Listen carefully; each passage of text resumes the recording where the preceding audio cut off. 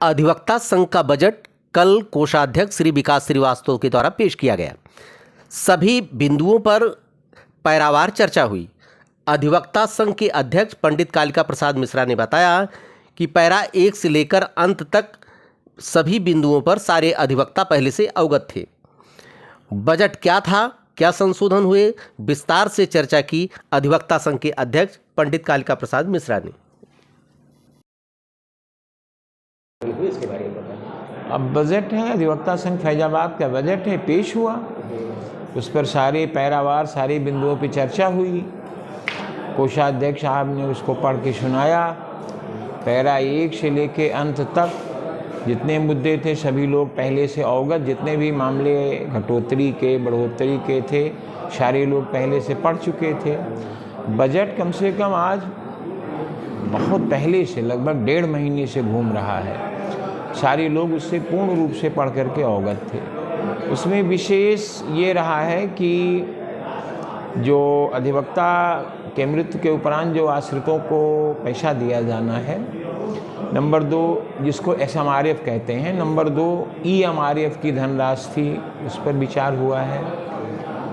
संघ में तमाम सब बिल्डिंग खराब हो गई है, संघ भवन है, सभा कक्ष है, सभागार है, अधिवक्ता चैम्बर्स हैं, लाइब्रेरी है, ये सब गड़बड़ हो गई है। तो इसमें देखिए मुख्यतया यही बिंदु था कि ये जो सभागार है अधिवक्ता संघ फैजाबाद की जो प्राचीन बिल्डिंग है, तो इस प्राचीन बिल्डिंग में देखा जाएगा अगर बहुत पैसे नहीं आए तो इसके अगर बहुत पैसे नहीं आए बजट में हमारे या जैसी स्थिति हमारी है अकाउंट की, तो फिर इसको मरम्मत कराएंगे, नहीं तो इसकी छत बदलवाई जाएगी। और इसमें एक पत्र, चूँकि पुरानी बिल्डिंग है इसलिए एक पत्र एक जिलाधिकारी साहब को भी दिया जाएगा कि उनके कोष उनके होते हैं तो हमारे अधिवक्ता संघ की बिल्डिंग जो उन्हीं के परिसर में है और उन्हीं से गवर्न होती है तो उसकी वो मरम्मत करा दें, क्योंकि छत वकीलों के इस आय व्यय में शामिल नहीं हो पा रही, उसमें पैसे ज़्यादा खर्च होने की संभावना है। नंबर 2 सभागार जो है अधिवक्ता संघ के कोष से ठीक किया जाएगा, उसको आधुनिक भी बनाया जाएगा, उसमें AC वगैरह लगेंगी। अधिवक्ता चैम्बर्स का उसका अलग हेड है, उसे पैसे हैं, वहाँ से उसकी सारी पुताई होगी।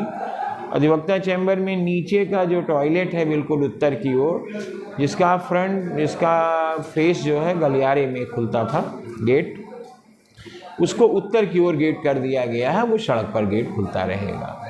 और उधर से जो गंदगी या बदबू थी वो स्मेल उधर से नहीं होगा, उधर नहीं जाएगी, अधिवक्ता उधर आराम से काम करेंगे। जहाँ तक टॉयलेट और यूरिनल वॉश बेसिन का सवाल है, तमाम सीनियर्स देखा गया अंदर की ओर नहीं जा पाते हैं, वो कमोड को यूज़ नहीं कर पाते हैं, कमोड के बिना वो यूटिलाइज़ नहीं कर पाते हैं और फ्लैट पर बैठ नहीं पाते हैं जैसे भी, तो उनके लिए उधर जहाँ कबाड़ उत्तर की ओर गंजा हुआ है वहाँ पर 2 कमोड के टॉयलेट बनाए जाएंगे, फर्श बनेगी, वॉश बेसिन रहेगी और हर तरह से सुविधाएं उसमें दी जाएंगी कि वो लोग वहाँ जा कर के अपना फ्रेश हो सकें, यूरिनल रहेगा अपना यूज करें और मुंह हाथ धोएं, ये सब चीज़ें वहाँ पे उपलब्ध रहेंगी।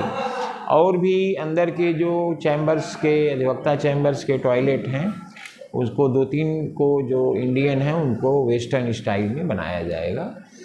जहाँ तक अधिवक्ता संघ में जो पैसे दिए जाते थे EMRF की धनराशि 50,000 थी, उसको बढ़ाकर 1 लाख कर दी गई है। वहाँ पर जो चंदे की धनराशि थी अधिवक्ताओं के वो 50 रुपये थी, उसको बढ़ा के 70 रुपये कर दी गई है। वकालतनामा 250 रुपये में था, उसको 300 रुपये किया गया है।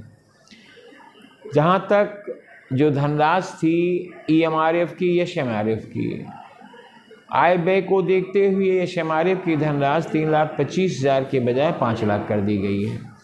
अब अधिवक्ताओं के मृत्यु के उपरांत, वैसे दुखद ऐसी कोई स्थिति ना हो, फिर भी मैं कहना चाहूँगा कि अधिवक्ता आश्रितों को जो है अब 3,25,000 के बजाय 5 लाख रुपए की धनराशि मिलेगी। कोशिश की जाएगी कि अति शीघ्र सारी जांच करा करके उनको शीघ्र से शीघ्र उनको पैसा उनके आश्रितों को दिया जाए। और जहाँ तक मरम्मत किया, सब मरम्मत के कार्य आवश्यक थे।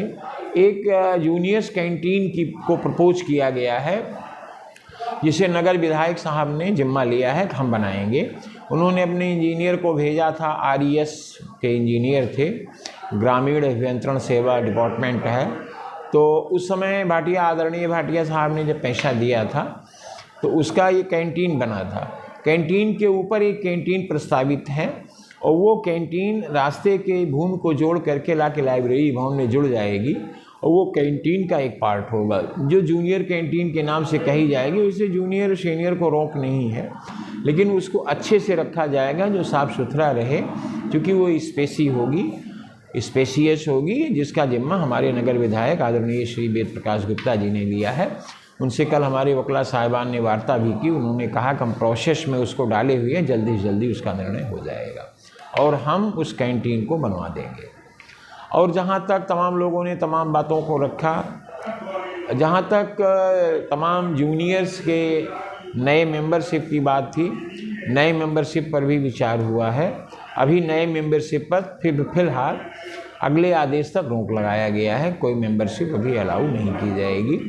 उसमें भी परीक्षा अनिवार्य होगी और इंटरव्यू उसका अनिवार्य होगा और ये भी देखा जाएगा कि इन्हें वकालत करना है कि केवल ये कचहरी में रजिस्ट्रेशन करा करके केवल हमारे अधिवक्ता संघ का लाभ लेंगे। तो ऐसे लोगों को हम अपने संघ में अपने समय में भर्ती नहीं करेंगे, एडमिशन नहीं, उनके रजिस्टर नहीं करेंगे। और जहाँ तक ऐसे वकील, जिन वकीलों ने केवल आज तक हमारे अधिवक्ता संघ में वोट देने का काम किया है और यहाँ पर कभी भी एडवोकेसी में शामिल नहीं रहे हैं, ना उनका कभी वकालतनामा से संपर्क रहा है, कभी कोई प्रोफेशन में कभी कोई हाथ नहीं बटाया है, ऐसे लोगों को एसएमआरएफ का लाभ नहीं मिलेगा। एवं ऐसे लोगों को, जो लोग जिनको एनपी कहते हैं, non practising advocate, they are not entitled to get any relief of SMRF, EMRF और any other types of relief by the bar association Faizabad. Now very clear situation is under the meeting of the Bar Association Faizabad dated 5 October 2022 that the non-practicing advocate, they are not entitled into the compound, and also he cannot get any relief, and also he will debar from the right of the membership of this association in future if they are not under the practice of the district court Faizabad.